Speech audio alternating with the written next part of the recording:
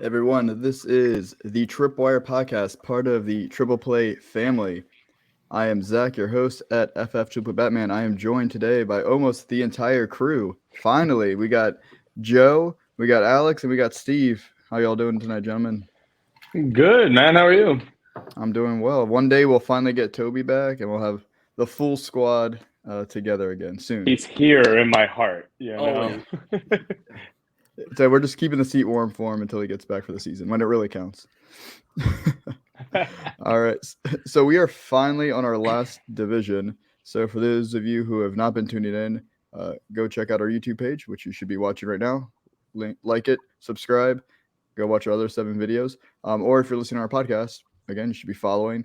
Make sure you go back and listen. But we have been talking about each division, buy or sell. We're on the last one, AFC North. I don't know if we saved best for last. There's a lot of talent in this division. AFC West last week might have been best for second to last.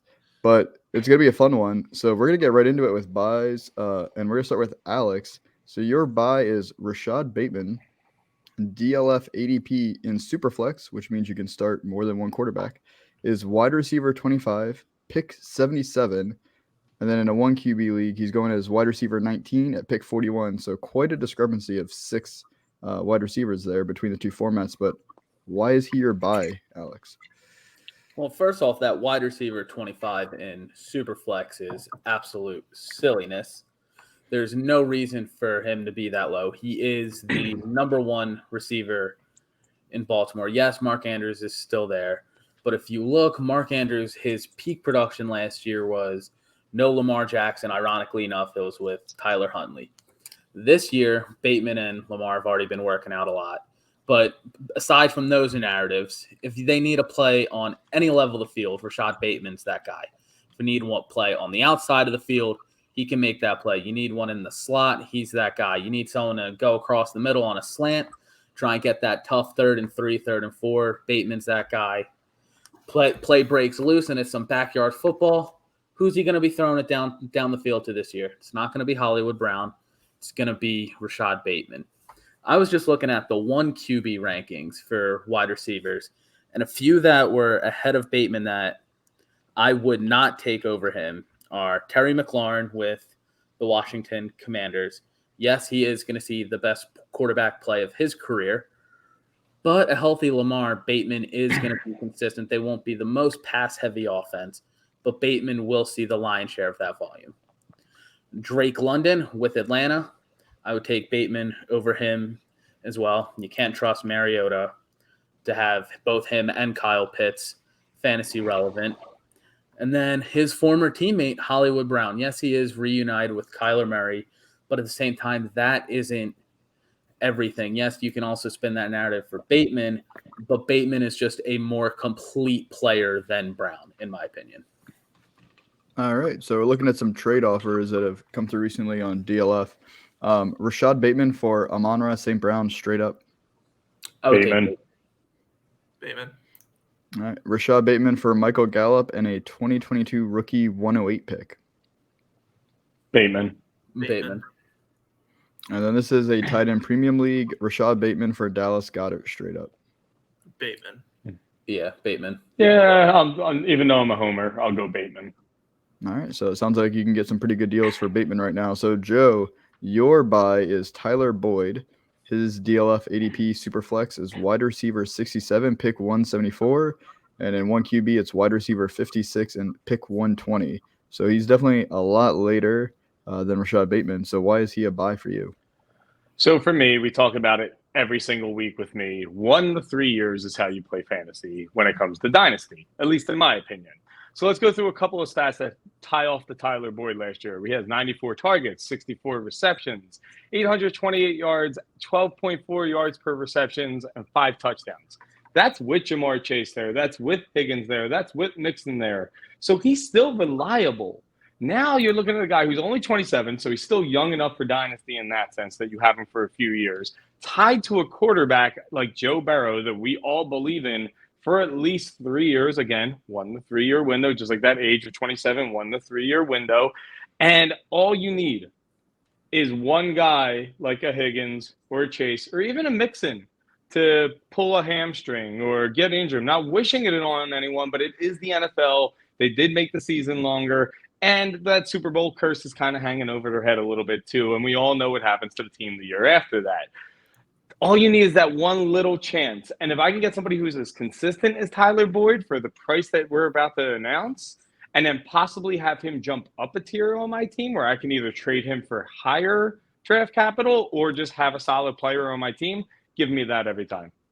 So I actually was doing some research last night, completely separate from this, but found a little nugget about Tyler Boyd that I wanted to share since you brought him up. So this is a very small sample size, but last year in the fantasy football playoffs, so weeks 15 to 17, he was the wide receiver 8 in PPR with 17.2 points per game. So you might be thinking, oh, well, Chase was probably hurt or Higgins was probably hurt. No, Chase was the wide receiver 4 with 25.5 points per game, and Higgins was the wide receiver 6 with 19 points per game at that same time. So he can still put up points even with those two ahead of him. And in their first 9 weeks, they have 5 optimal opponents for the wide receivers, which means all 3 of them might be able to eat to start the season. And again, 1 to 3 year window. It's just it's what I'm going to say until you guys mute me, basically. No worries. I think he's definitely should be on the cheaper end. So let's look at some trades for him. This is not tight end premium, I don't believe. Tyler Boyd for Austin Hooper, straight up. Tyler Boyd. Tyler Boyd for 2 2023 third-round rookie picks.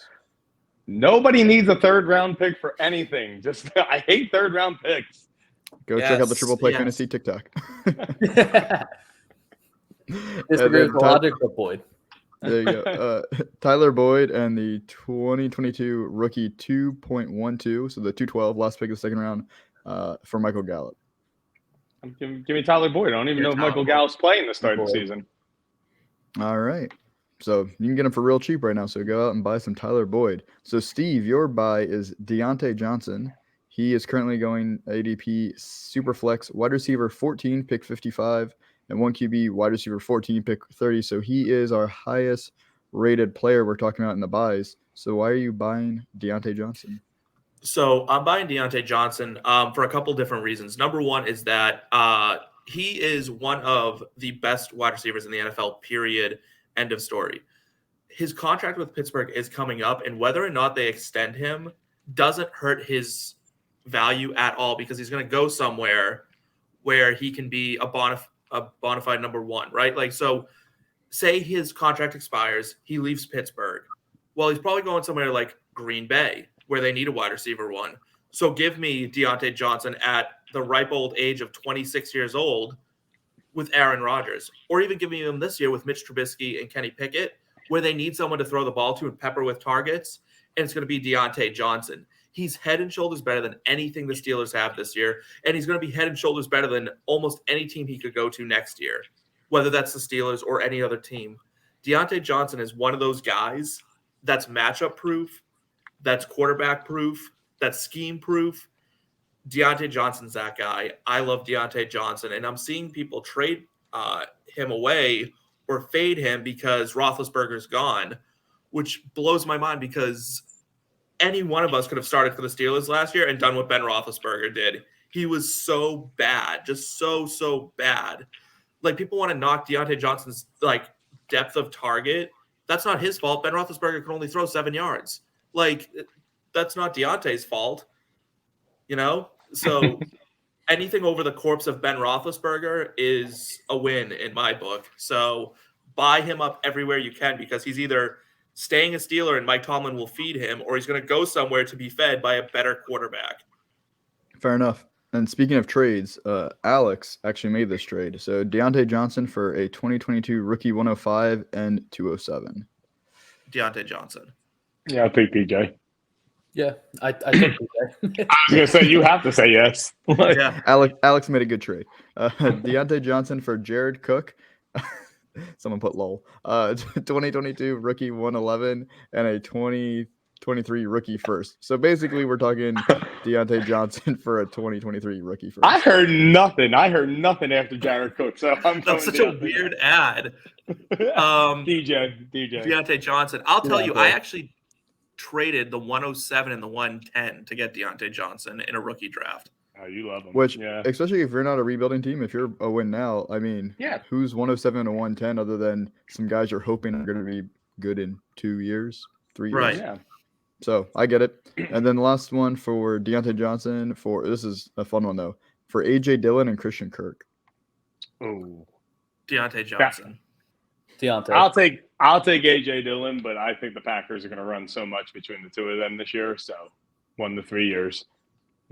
All right. So now we're going to move on to our sells. So Alex, you're selling Nick Chubb. He is Superflex running back 11, pick 43. 1 QB is running back 11, pick 27. So why are you selling Nick Chubb, who might be one of the best pure runners in the NFL? Just being a pure runner doesn't earn the fantasy points. Targets are 2.6 points more valuable than a carry right there. Nick Chubb has had 1 season in his career where he's seen 30 targets. He's purely volume based. He's going into that dreaded age 27 season. Running backs notoriously fall off a cliff there. You have a healthy Kareem Hunt this year. No Deshaun Watson. So who's he going to have throwing the ball? Either Jacoby Brissett or, God forbid, he gets hurt. You got Josh Rosen stepping up in there. Going to be a lot of negative game script for the Browns. They're not going to be able to give him the 20 to 23 carries a game that they want to, the way Tennessee uses Derrick Henry. And not to mention PPR, he has 1 season in the top 10. At that point, if you can even downgrade a tier or 2 for any of the running backs who were hurt last year, the young guys, the Cam Akers, the J.K. Dobbins, Travis Etienne, hell, even Antonio Gibson, the way this man's being completely disrespected after 2 straight RB1 seasons. But we're not going there. Any of them, if you want a young receiver and a first, a guy like Jerry Jeudy, who's on that cusp of breaking out, whether it's an upgrade in situation, hell, even if you want to do Chubb for Deonte straight, those are the type of deals where you can afford to sacrifice production per se to prolong that 1 to 3 year window, Joseph. That way you end up retooling and not having to completely rebuild it. For those of you who are not on YouTube and you're listening to us on the podcast, Steve is like grinning from ear to ear, hearing all this Antonio Gibson love and then Deante Johnson love. So just want to paint that picture for those who are just listening and not watching. And I think the biggest thing that you didn't even touch on, Alex, which everything you said is correct. His value is probably only ever going to go down from this point due to his 100%. age. So now's the time to sell while everyone's still happy about Nick Chubb. No, absolutely. So we got some trades going on. We have Nick Chubb for 2 2023 first-round picks. Give me the first round. I'm taking the picks. Yeah, Chubb. I mean, the picks. Jesus, Chubb. I mean, even if I was a contender, I still might want those 2023 first-round picks. Yeah, that's one I just make regardless to get him off my roster. Nick Chubb and the 2022 110 for Justin Jefferson. Justin Jefferson. Yeah. Who made that trade? What? Where? Never mind. Just move on. Nick Chubb for Cam Akers, straight up. Cam Akers. Yeah, I just like his Akers. offense better. Give me Cam Akers. Take the risk. Hope he's healthy and get way younger. That makes sense. So, Joe, we're finally going to talk about a tight end, and it is Pat Fryermuth. He is tight end 9 in Superflex, pick 118, or tight end 9, pick 107 in 1 QB. So why are we selling Pat Fryermuth? Is only going into his second year? I get it. Everybody sees the young tight end, and they're like, oh, my God, I can have him forever. And that's fantastic, except, like, he scored 7 touchdowns last year. And he was the 16th tight end with the highest points per average. 16. So, and that's with those 7 touchdowns. So you really had kind of a boom-bust type player with him with a different quarterback. Now he has either Mitchell Trubisky, who is a journeyman, let's be honest, he's not going to revive his career and be anything, or Kenny Pickett with those tiny little baby hands, and I don't think he's going to be any good either. So then you have to add in the fact that they brought in Pickens. They still have Steve's boy, Deontay Johnson. They do have Chase Claypool. I'm not a huge fan of him, but he does have talent. And they have Najee Harris. I'm going to say that the Steelers pick all of those options throughout that whole drive, going down from wherever they start. Let's say the 20 to 25. That whole drive, I'll pick all of them being the options before Pat Fryermuth on most plays, and then I got to just rely on him to score touchdowns. I'm not a fan of that. I wasn't a fan of it when it happened with Robert Tonyan a couple years ago. I'm not a fan of it right now with Dawson Knox. That's what everybody's relying on again. For me, the names out there, everybody loves to say the Muth is Luths and all that fun stuff. And they're having a big kick because he's a young tight end and this could be our player. But unless it's somebody who's as uber talented as Travis Kelce and tied to a quarterback like Travis Kelce, tight end streamable to me. Move on, get the capital, put that somewhere else, and just stream that one position. You're only playing one of them.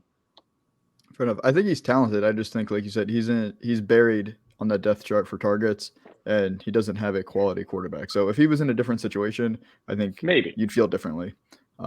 So some trades out there as you're trying to sell them: Pat Fryermuth and a 2022 rookie 205 for a 2023 first round pick. The first round pick. Yep. Yeah. Pat Fryermuth for Gabriel Davis. Gabe Davis, I'll take the shot. Yeah. And this one seems like a no-brainer, but we'll ask it anyway. Pat Fryermuth for Amari Cooper. I'm not even answering this one. This one's ridiculous. Give me the team's premium. wide receiver. Give me the wide receiver one of a team over a tight end every day of the week. Amari Cooper with Josh Rosen throwing the ball. Yeah. Give me Amari Cooper with me throwing the ball. Yeah.